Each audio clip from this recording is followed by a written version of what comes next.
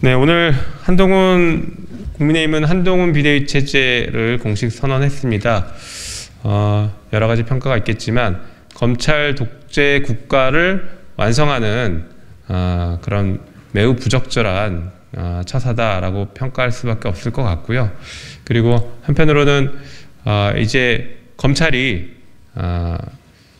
그 정부 전체와 그다음에 우리 사회 전체를 장악해가는 그 와중에 활용점정으로 이제 정치권, 특히 입법부까지 장악하는 그런 모습을 보면서 국민들의 분노와 그다음에 그런 비판의 목소리를 저희가 대변해야 될 것 같습니다.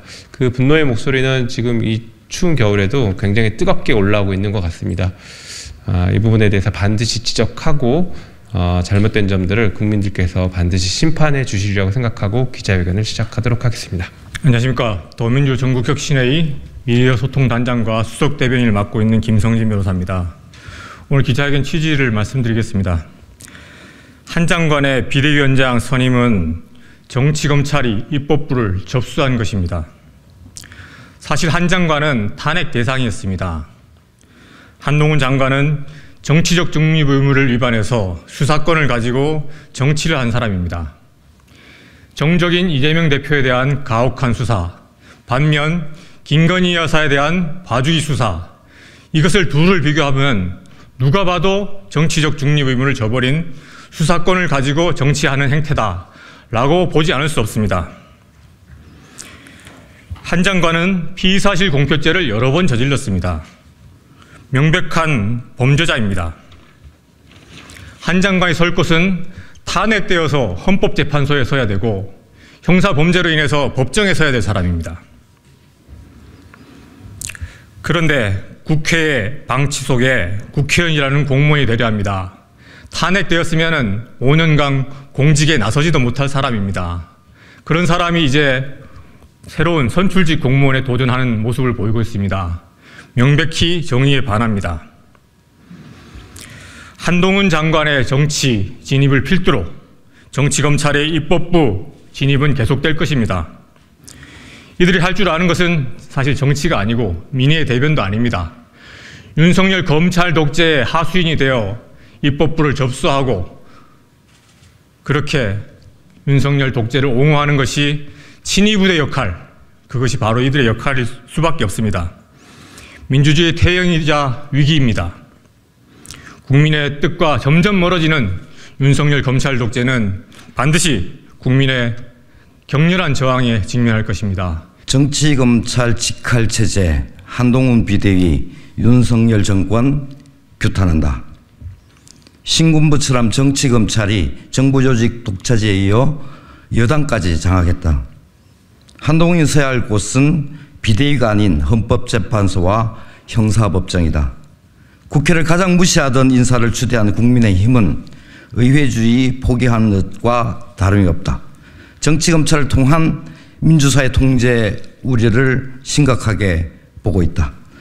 국민의힘이 정치검찰 직할체제를 선언했다. 현직 법무부 장관인 한동훈을 국민의힘 비대위원장으로 만든 윤석열 정권은 집권여당을 정치검찰을 수하로 만들어 삼권 분립과 의회주의를 포기했다. 신군부가 하나의 회원과 12.12 군사반란을 비호한 일부 장성들로 군은 물론 정부 요직에 이어 여당까지 장악했던 것처럼 윤석열 정권은 정치검사 집단을 앞세워 검찰과 정부의 요직을 독차지하더니 결국 여당까지 접수했다. 정치검찰은 이미 우리 사회 권력을 독차지하고 있다. 대통령실 요직은 물론 각 부처에 대한 전문성도 없이 금감원, 방통위 등 정부 전반을 장악했다. 이제는 집권 여당을 넘어 입법부까지 장악하려 나섰다. 지난 1980년대 우리는 삼명항복으로 뭉쳐진 정치 군인들의 이권 카르텔을 이미 경험했습니다.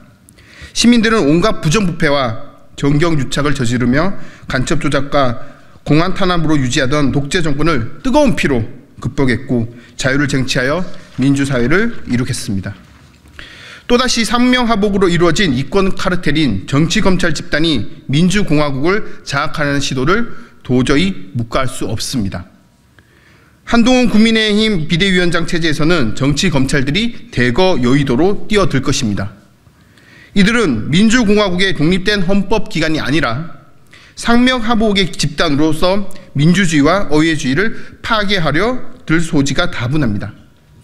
이미 용산의 여의도 연락소에 불과한 집권 여당은 한동훈 직할체제를 통해 유신체제를 지지하고 박정희의 의지를 정치적으로 관철시키기 위한 유신 정우회로 전략할 것입니다.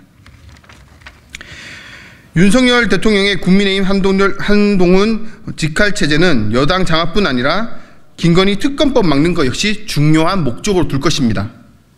수사 종결조차 하지 못한 한동훈 법무부 장관 체계에서 한동훈 비대위 체제로 전환하여 국민의 70% 이상이 요구하는 김건희 여사의 도이치모터스 주가 조작 사건 특검법을 막기 위해 온몸을 던질 것입니다. 한동훈 장관은 장관으로서 정치적 중립 의무를 위반하고 수사권을 가지고 정치를 하였다. 이재명 대표에게 대한 400여 차례의 압수수색과 회기 중 구속영장 청구를 한 한편 김건희 여사에 대해서는 한 차례의 소환 조사도 하지 않았다. 피의사실 공표죄도 수시로 위반하는 상습범이다.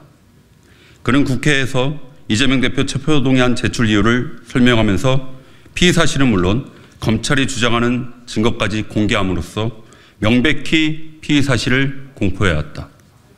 법치주의를 정면으로 위배하며 정치검찰에 유리한 사항이면 수시로 위법을 저지른 한동훈 전 장관은 사임이 아닌 국회 탄핵으로 헌법재판소에 서야 했으며 본인의 위법 행위에 대해 형사처벌을 받아야 한다.